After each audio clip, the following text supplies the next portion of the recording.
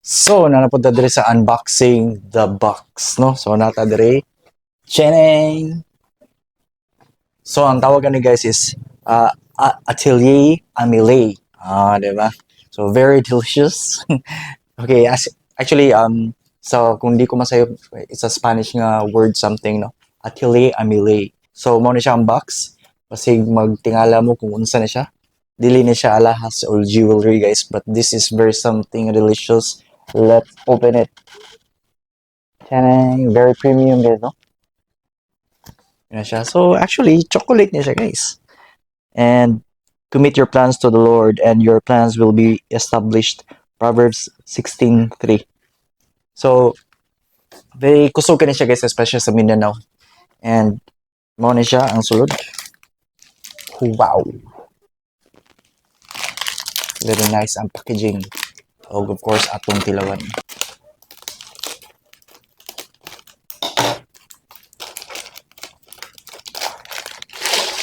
So, mo na siya brownies. Yan na yun ang flavor.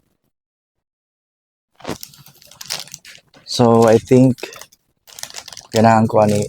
This is actually assorted, guys. Yeah. Dalawa ng pinakatumoy.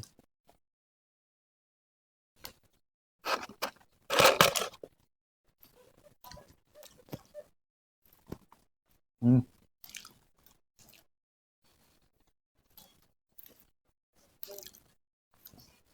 Namiya kayo.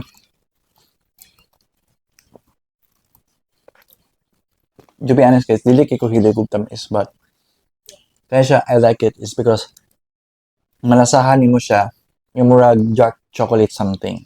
For me lang sa akong palasa.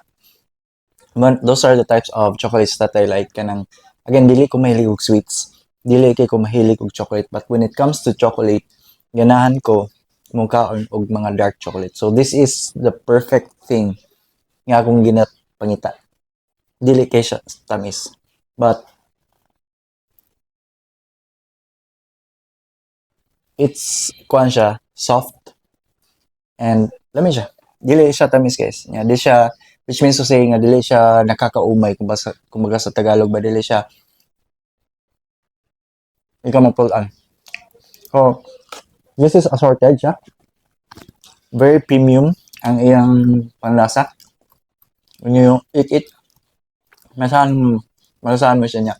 Murag ka na maka-imagine ka ba, it's baked with love, gid ba? No?